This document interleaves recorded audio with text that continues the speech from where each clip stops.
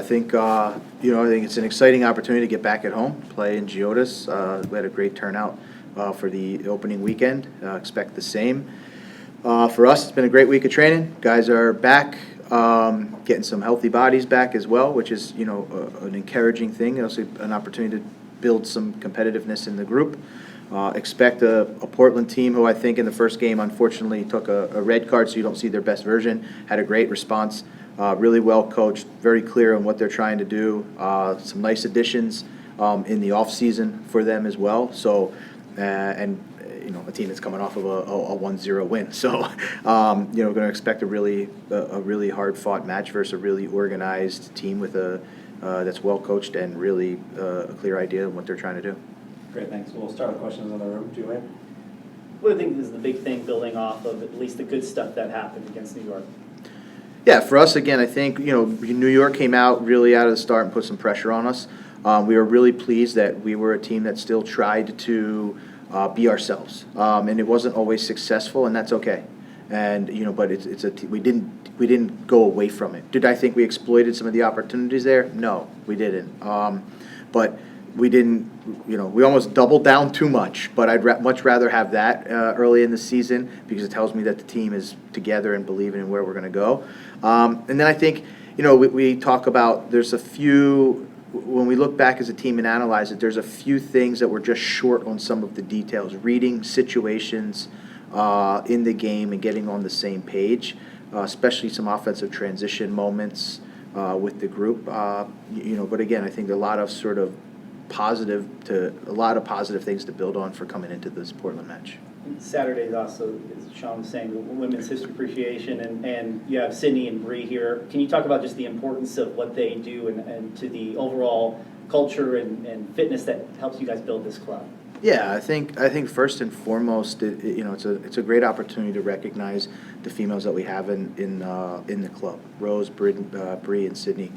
Additionally, I think they're really good at what they do. So I think the point of recognizing because they're female is great because we want to put that spotlight. I think it's great that Nashville is a club that is inclusive and is proactive in doing that. But also I think it's a great opportunity to just talk about how darn good they are. And they're great at their job. They're rock stars.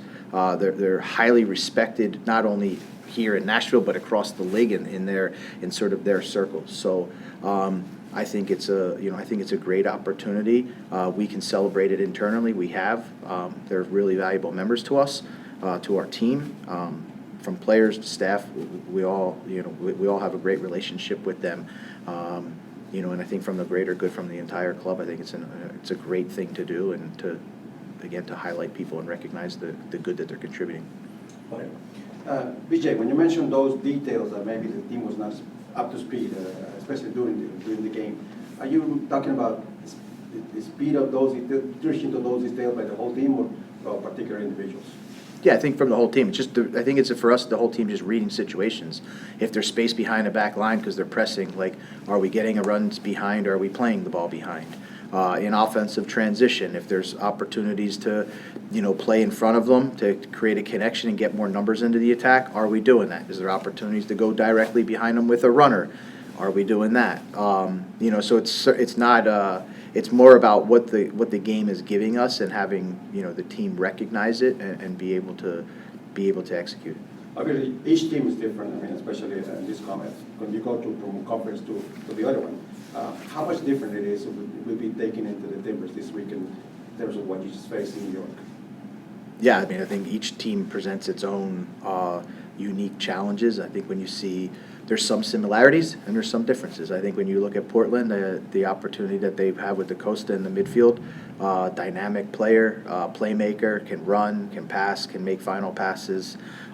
Kelsey is a forward up front, big target player, good with his feet. Then you have center backs that they're comfortable building out of the back, but also have great size. So set pieces are always going to be a challenge. So I think there's each team kind of what I really enjoy about it is each team has its own unique sort of identity and challenge, and each week we have to kind of figure out what we need to do to put ourselves in the best position to get the 3 points. Yeah, it was announced earlier this week that Darren Powell was assigned director of the academy in Nashville SC. Did you have any sort of involvement with that hire, and what are your impressions of that? I mean, the involvement I had is that I had the opportunity to speak to Darren, and I mean, his experience, I think, in his his resume speaks for itself. A really highly accomplished coach. You know, the one, I would say the two things that stood out to me when I had the opportunity to speak with Darren was one, his I would say his pathway. He's touched a lot of different areas in the U.S. soccer sort of ecosystem, whether it's in the college, in the club, in MLS academies, and you know, I think that unique experience can really help our academy and help our our players. And the next part was that he was passionate about joining Nashville, and I think that's that's really someone who saw from afar the project that we have going on here and wanting to be in the project. That speaks, I think, volumes. And those were two great pieces from when I had the opportunity to meet Darren. And we're really excited to have him here and continue to build this sort of pathway that we talk about all the time with the, before the academy, Huntsville, and ourselves. And then on Brugman, Acosta, and Schaffelberg, they still haven't made their debut. It's Saturday at a time that Nashville fans can probably see one of them. Probably see one of them, yes. How are they doing? They're doing well. I would say Brian's furthest away. Jacob is in team training, and Brugman is now almost in his he's been in team training, and I would say trending pretty good. Any other injuries? Or? Julian Gaines is back in team training, the same as Schaffelberg. And I think that's it. Patrick obviously came back and was already featured in the game last week.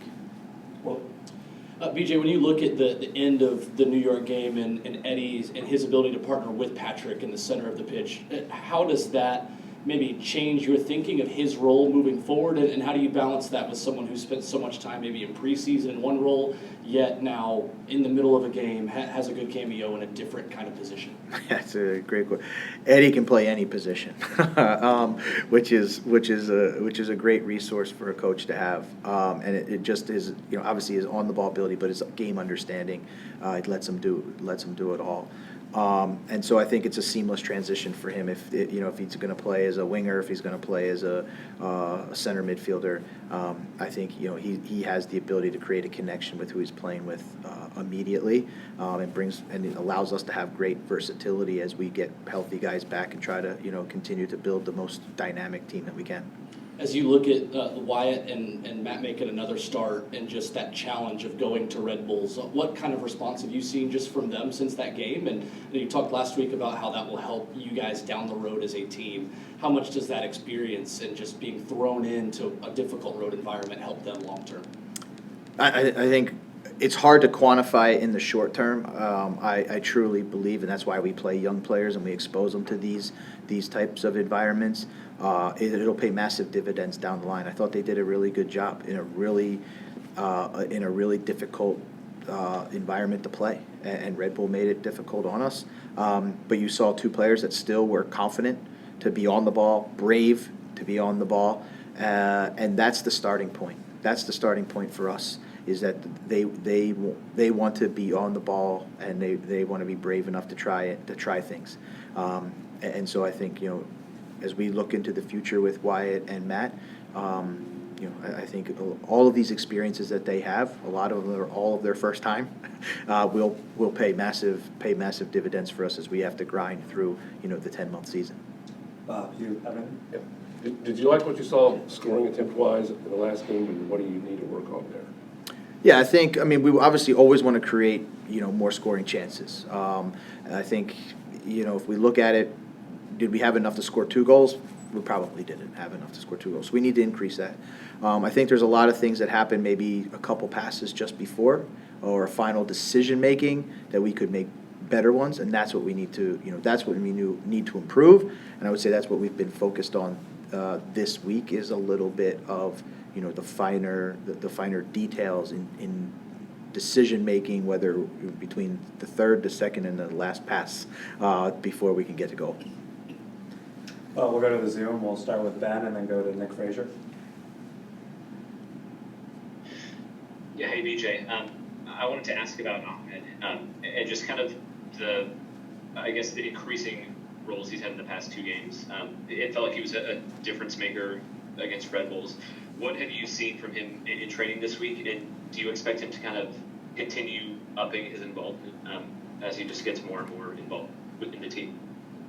Yeah, I mean, he's a player that we had to integrate just due to the fact of, the transfer and the timing and the visa and not being able to train.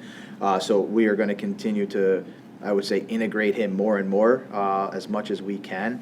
What you see from him in training is everything you see in the game: ability to play between the lines, ability to process the ball face forward and run behind the back line. And then, to be quite honest, the thing that we see a lot in training that maybe hasn't completely come out in the game is there's a nice level of creativity in his game as well. And I think as the players and he gets more comfortable together and the connections become there, we can actually see some creativity as well, because it's definitely in him. And I would say the next part is, he has a real commitment and edge to defend. Which we really like, and which is also a cornerstone of what we want to do, is being everybody's going to attack and everybody's going to defend, and he's shown a great capacity to do that as well, and taking in some of the information on more specifically how we want to defend. We'll go to Nick with last question. BJ, you mentioned Acosta with the injury as well. I'm just curious, before the season you mentioned that it was Brugman that was kind of more, I guess, far out from coming back. Now it's kind of Acosta in that situation. Did Acosta have some sort of setback with his injury? No, I think it's just the time of when the injury occurred. Brugman's injury occurred earlier in preseason. Acosta's finished later, so I think the timeline is just the return to play timeline is just longer for Acosta than it is. Maybe I'm not saying that right. Yeah, I got what you're saying. Sorry. What I'm saying is, like, if you get injured later, you're going to come back later. If you get injured earlier, you're going to come back earlier. So, but there hasn't been any setback in Brian's timeline. Okay, thank you. And then also with Yazbak being available now, I'm just curious, do you have any intentions of switching up your midfield pairings with Wyatt along with Corcoran, or do you want to any of that at all, or no? I'm going to let you find out on Saturday night what we're going to do in the midfield. Sorry. Training for us has been great. I think the main thing is we remain consistent in our approach and just making sure that although we have a fair bit of new faces in the group and we're trying to acclimate everybody, we had a really good preseason. And I think we did the majority of the brunt work in that time, in that window. And these weeks now are starting to represent more fine-tuning certain details, both sides of the ball to the opponent. And I think having 2 reps under our belts already, just waiting on the result. But I think the process has been great. I think the guys have leaned into it, and just getting guys back from injury, having guys rotate into different spots. I think it's all part of the process, and honestly a great indicator so far in terms of guys wearing different hats, trying to help the team and making strides forward. I think has been really positive. So this week's felt great. Looking forward to being back home again. Great, thanks Dan. We'll start with Julian. How has it been kind of building chemistry, finding the balance between building chemistry but also being still results-based? Hey, we don't want to walk away without any points here, but there were some good things. Yeah, for sure. I think that's the conundrum of sports in the professional realm. I think trying to find not solace, but understanding that there's still value in performances that don't create a 3-point yield or whatever you want to call it. I think this early in the year, for the guys that have been around and the people that have been around the sport, especially in this league, I think it's all about peaking at the right time. We just came from playing a team that did just that last year, entering into playoffs in a lower seed, and then making it to MLS Cup. So I think for us, it's more about getting those new faces, finding the synergy internally, focusing on that, especially these early doors. But I think the onus is on us. We have a great opportunity here at home. A few teams have not had 2 home games in their first 3, so it's important for us to take advantage of that and to play a style and look like ourselves, that we look to not only make a staple of our home performances, but how we compete on the road as well. How important have Sydney and Bree into your guys' just overall performance on the field and off the field too. Amazing. I mean, I've had the pleasure of working with Sydney since we first started in MLS in 2020, and so having her sort of as a constant in that realm where there's been a lot of turnover, like I said, it's professional sports, that happens, but she's been a constant and someone that's been able to keep us at a relatively high level, no matter what hat she has to wear, what department she's really overseeing. And then the addition of Bree has been fantastic. I think sports nutrition has come a long way, and for a long time maybe that role wasn't well defined, but in a high performance culture, I think she's really leaned in and been able to step up and give us as players and as an organization a lot of things to think about and incorporate into our routine that maybe, or not maybe, I'm sure not a lot of other teams have that ability. So we're very lucky to have both of them, and it's great to see them every day and to know that they're here for us and to help us reach our maximum potential. Dan, when you talk about wearing, the guy wearing different hats, how about in your case, in your game? Have you had to do that in this preseason, and especially in the first two games with the other BJ, when this is the first full season with him? For sure. I think it's an inevitability for a lot of people as a pro. I wouldn't be sitting here if I wasn't able to wear different hats. I've had to adapt several times throughout my career. But I think as it pertains to BJ in this year, it's a little bit more of the same. I think maybe even the positional requirements as it pertains to me are a little bit more balanced offensively and defensively. So it's been great to lean into that, understand I have someone playing next to me that I have great rapport with and great experience with, Jack, more times than not. So we're able to problem solve a lot of times on the field and know that things are going to operate a little bit differently than they did last year and in years past. So both of us have been great about leaning into that and making sure that we can accomplish and execute the roles of the position to each respect at a higher level, because that's what the team needs. But definitely some adaptation, but it's healthy. I think it grows you as a player no matter how old you are. Dan, you're an experienced player, and you've been through a lot of situations similar to this and different, but this team now has a lot of younger players who maybe haven't gone through this sort of similar experiences. So what have you noticed from them, and what are you doing anything to kind of help out in the locker room? Are their heads down or anything like that, and not being able to score in the first couple of games? Certainly no heads down.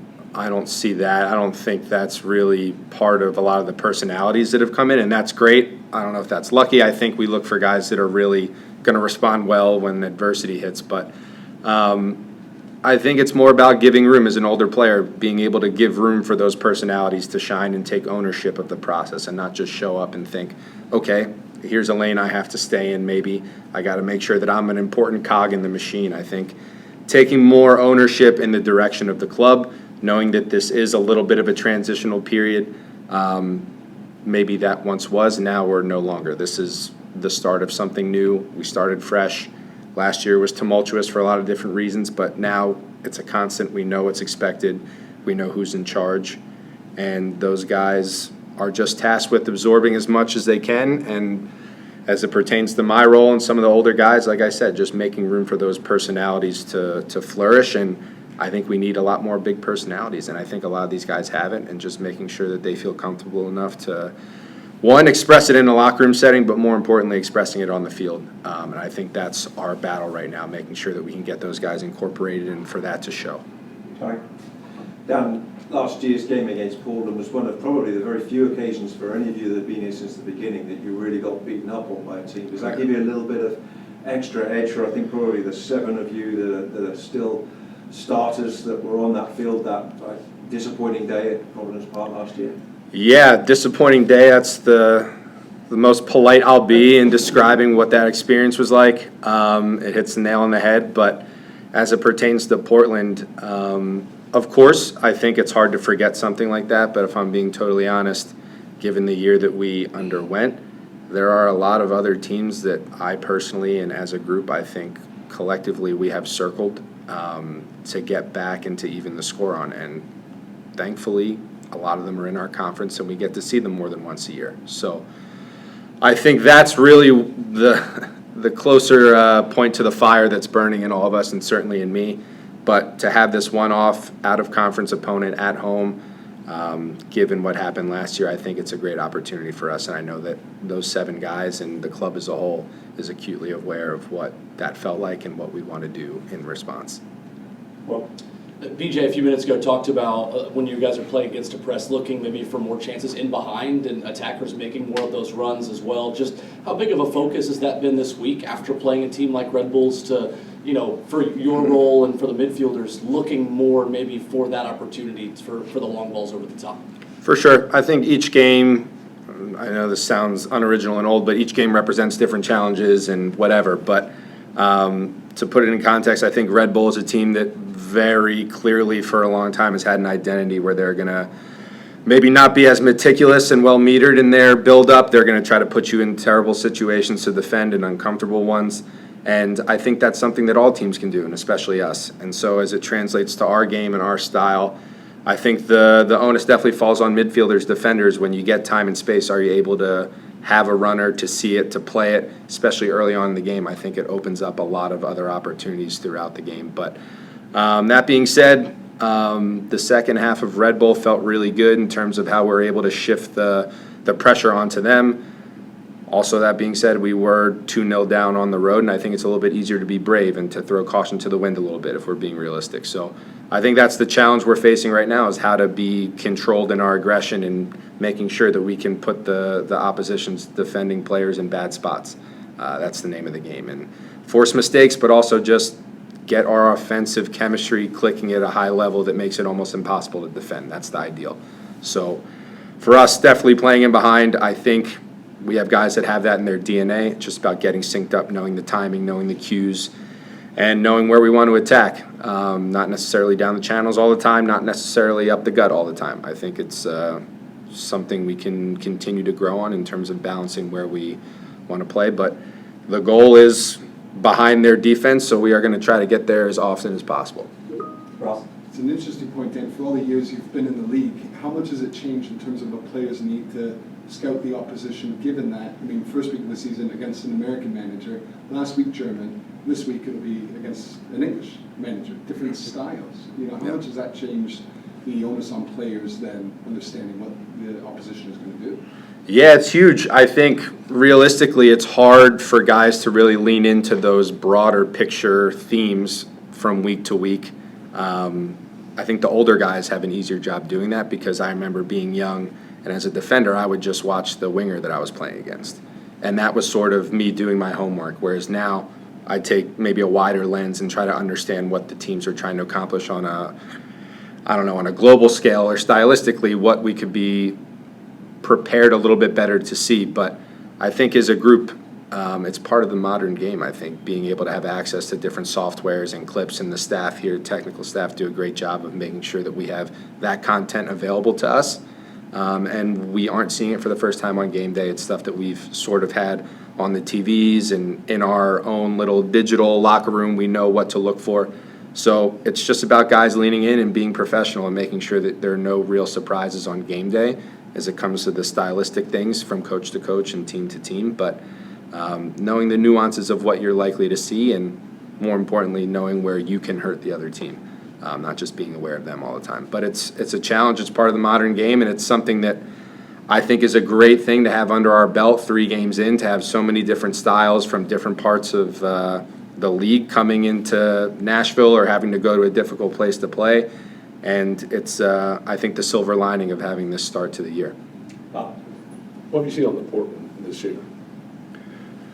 In general, I think Portland's a team that's, also trying to find their footing a little bit within a competitive conference. I think they have a lot of attacking players that have been brought in and have talent that's clear. And I think maybe the synergy is something that they're still searching for this early in the year. But they're always a team. Historically, they have a great pedigree. They have great success in the league. They're another one of those teams that the regular season maybe doesn't reflect their full potential every year, but if they're able to sneak into a playoff spot, I think they remain one of the clubs that nobody really wants to play or have to go to Portland and play against. So we go into this matchup with utmost respect. It's early in the year. I think everybody is on similar level terms, and it's more important for us to focus on how we perform at home. We'll go to Ben on the Zoom.